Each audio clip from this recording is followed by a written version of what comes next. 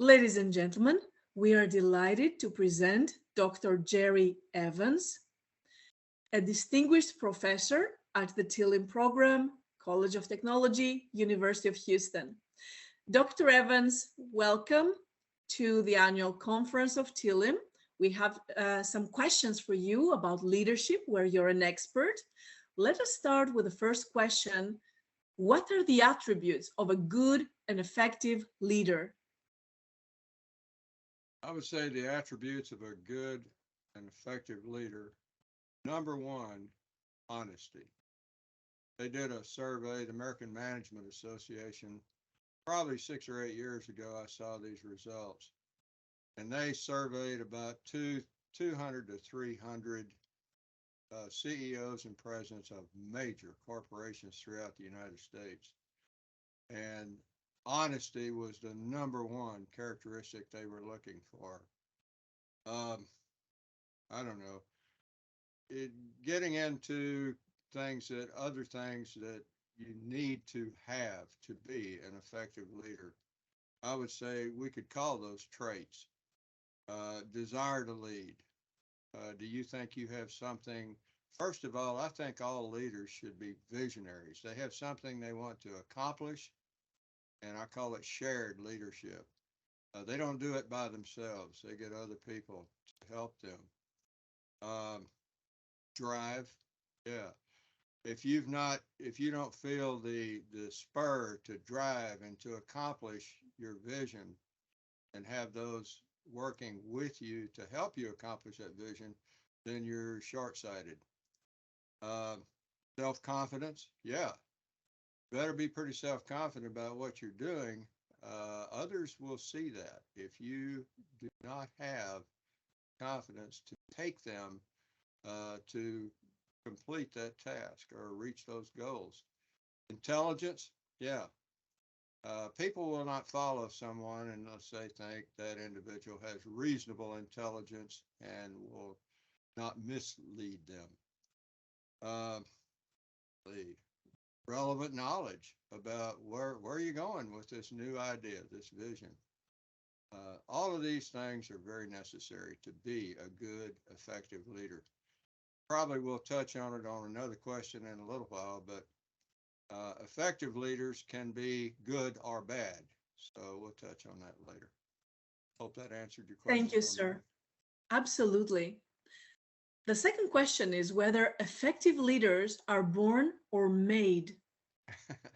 My students ask me that a lot. Dr. Evans, are good, effective leaders, are they born or are they made? Well, they're all born. Well, they get a bang out of that and they kind of chuckle on that. But I think any individual, and most of our leaders are managers. I mean, you can be a leader of the Sunday school class or the Boy Scouts or Girl Scouts or something like that. But we're talking organizational things in these classes that I teach, organizational leadership and supervision and innovation and stuff like that. But anyway, they, you, I tell, I do a lot of training for corporate executives, bring them in from around the country with big companies, Shell, Chevron, El Paso, other organizations like that. And when we get in those rooms in there and they start talking about it, they start wondering, what does it take to be a good leader, an effective leader? And so I let them know that there are certain attributes that you must aspire to either develop, uh, generally speaking, develop them if you've not had them, but generally speaking, these individuals, these managers are pretty competent people. And you give me any one of them that wants to become a good leader, I can pretty well develop that manager. And I've done that with the request of higher management with lower managers. Thank you for touching on the topic of management, which leads us to the next question. In our program, we always posit that leaders is a different component as opposed to managers. Quite Would you like correct. to elaborate on this, sir? Sure, sure. Managers have formal organizational power to ask you or tell you to do something. Like if you don't do it, then you can be fired. A leader, on the other hand, is an individual who has the ability to take you from point A to point Z willingly. And I stress that word willingly because, in management, you must do it in my way or the highway. So, but in leadership, not all managers are good leaders. We would hope that our managers are good leaders. I've had managers, 2 or 3, in my many years of being in corporate, where I came from, that I didn't think were very good leaders. But anyway, so manager and a leader are not the same. We would hope they could be the same. So we would like to, and that's what when I do consulting and training for these corporations, they send their managers to these leadership development seminars so that I can teach them leadership skills and behaviors and this type of thing. So hone those skills, but managers and leaders are not necessarily the same thing, but we would hope that they could be. Thank you, sir. Sure. Leadership should be by example. Leaders should lead by example. Would you like to elaborate on this, please? Oh yeah, I tell them, In fact, I teach leadership. Kuzi and Posner, a couple of authors that have written the book. I've got several editions that I've used for about 10 or 12 years now. They talk about leadership by example as the only true form of leadership. I believe in that. I'm not about to get up in front of my people, and I've been a leader and a manager for many years, even some fairly high level management positions. But the leader must exhibit good, strong skill sets. And if they don't, and when they do that, you cannot tell your people, all right, now look, I want you to do this because I say so, and then you behave differently. No way. So I believe in leading by the example. In fact, if I have not got the time to do the tasks myself if I'm the leader. That's why I have followers, and every leader has followers or they're not a leader. But anyway, so because I don't have time to do that, but should I be willing to do that? Yes, I should be willing to do anything that I direct my reports to follow and follow me with that advice or with that directive. So yes, they go hand in hand.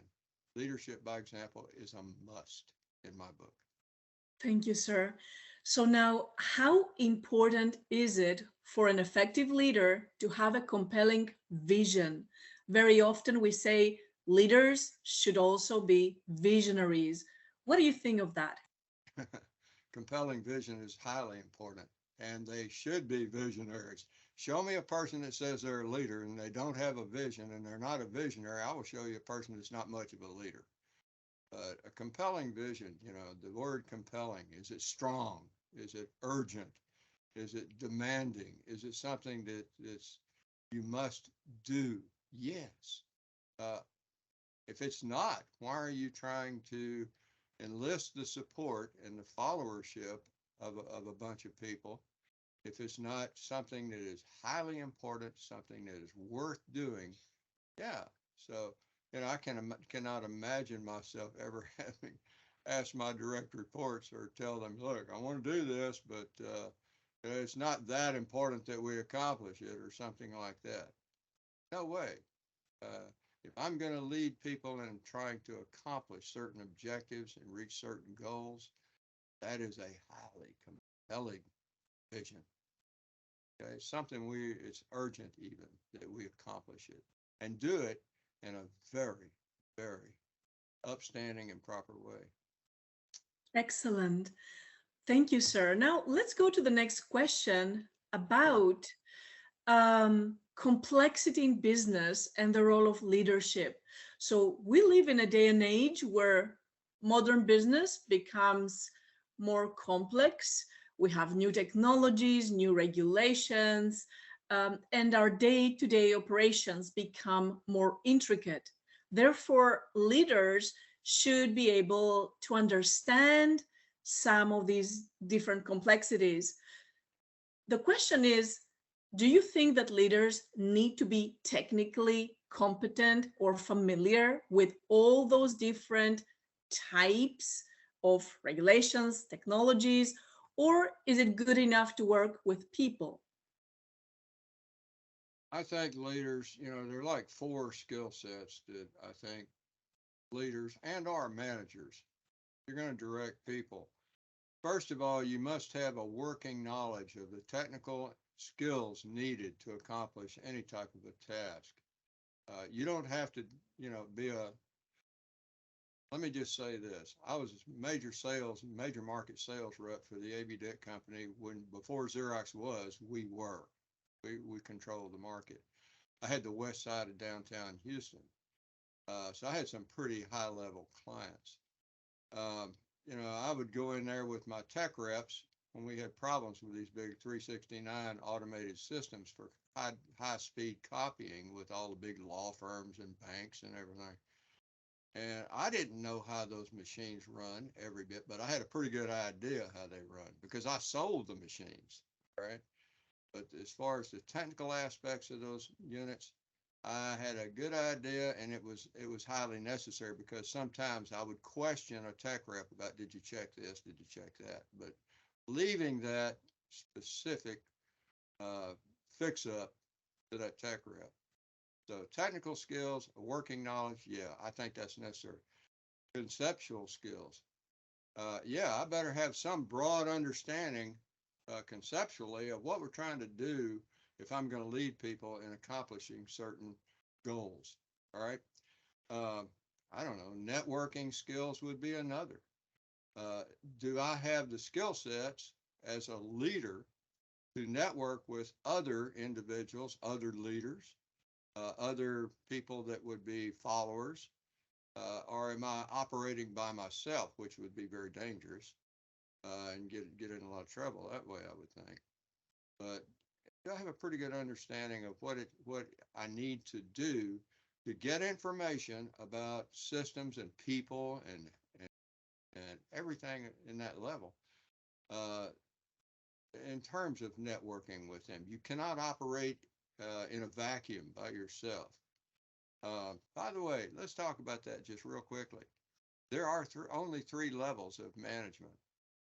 You have top management, you have middle management, and you have first line managers. These are what we call supervisors. But even top managers and middle managers supervise their direct reports. The CEO and the president has executive vice presidents that report to him or her. Guess what? They're supervising at that level. So, but anyway, so um,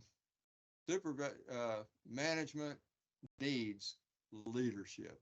Period. You just cannot have command and control to get things done in all cases. Think of the beauty of having people who want to follow your directives willingly. That's what a good leader provides. Um, yeah, and I've had a few managers who were not good. They were pretty much the old command and control. I didn't stay in those jobs very long either. Good for you.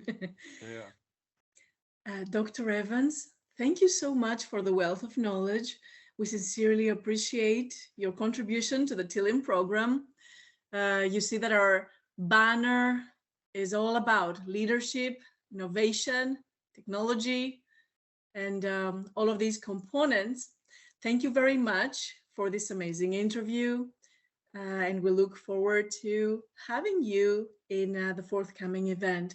Thank you Dr. again. Burns, yeah, Dr. Burns, it has been my pleasure. It's been my honor and pleasure to talk to you and to others through this video about leadership. I love it, and I think all managers need good leadership qualities. Thank you. Thank you. Thank you, sir. You're welcome.